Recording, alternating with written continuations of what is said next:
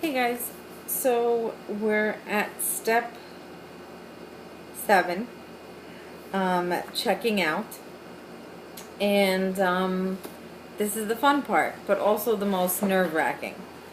What you want to do is you want to get organized again with like a spreadsheet or a list, and from home, of course. And also how you're going to break down your order and organize your coupons divided by order. That's how I do it. Like say if I go to, I always do a minimum of 2 transactions when I'm at Rite Aid. Minimum. So what I do is I organize it from home. I write down what I want. I write down how much it normally is, how many I'm going to get, what the sale price is, what all my coupons are, and then I tally it up. I have a spreadsheet. I do a little cheat there. And I'll pretty much know what each transaction should be. Make sure to always add sales tax, because some stores tax you on the original price of the item as opposed to the discounted price. So that way you'll know that they didn't miss a coupon or everything ran up right. And honestly, don't be afraid to call over a manager if something's not right. You're not causing a scene. Just make sure there's not like 20 people in line behind you, so that way you can get it all squared away and you're not like flustered about it. Choose wisely what time you go to the market, and don't go at peak hours and want to take your time and divide your order. Like I said in a previous video, you don't want to go the after work rush, because that's awful. Everybody's in there, everybody wants to go to the express checkout, they want like 2 things, or they have a cart full of stuff so that they can make some big dinner, whatever it is. People are tired at around like 5 to 7. They're exhausted, they've worked all day, they probably had to deal with a bunch of annoying people at work, and now they just want to get their groceries and go home. So it's probably just not a good time. A lot of low blood sugar going around. So really avoid that time. What I like to do is I like to go, it depends on the day as well. But if it's the beginning of the week, I like to go between like 10 and definitely be out by noon, no matter where I am, because it's the best time. Like people are just trickling in, trickling out, after like noon and on, most people are awake, have gotten the kids up, what kid's screaming in the next aisle because it wants a nap and all that stuff. So I just want to go in, do my transactions, go home. Speaking of kids breaking down, if you're a mommy, I suggest the first couple of times until you get it down and streamlined, leave the kids with dad, leave the kids with grandma, or a friend, just so that you're not trying to take care of them, trying to manage your coupons, it's just too much. You'll end up giving up. Give it a shot first,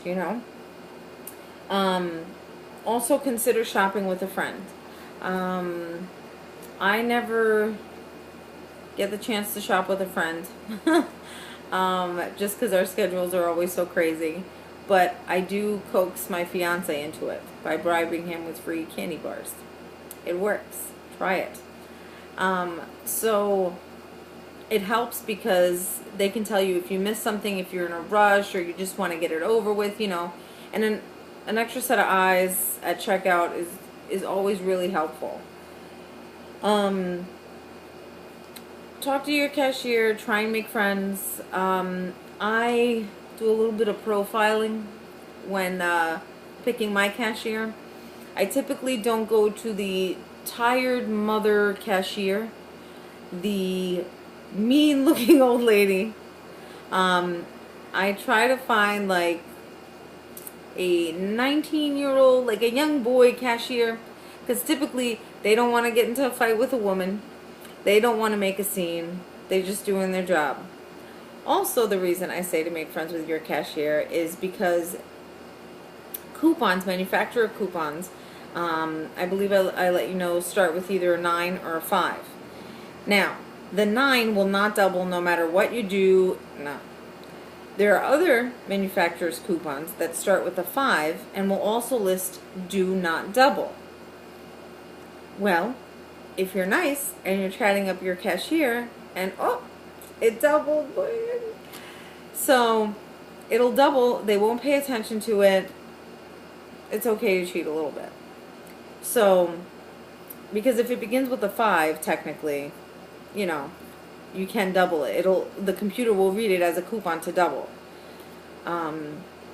It just means that the supermarket's just gonna pay like 50 cents out of pocket, but chances are they've hiked up the price anyway. Don't be afraid to call over a manager. We discussed this. Don't get nasty about it. Just be like, can you please call your manager over? Just, you know.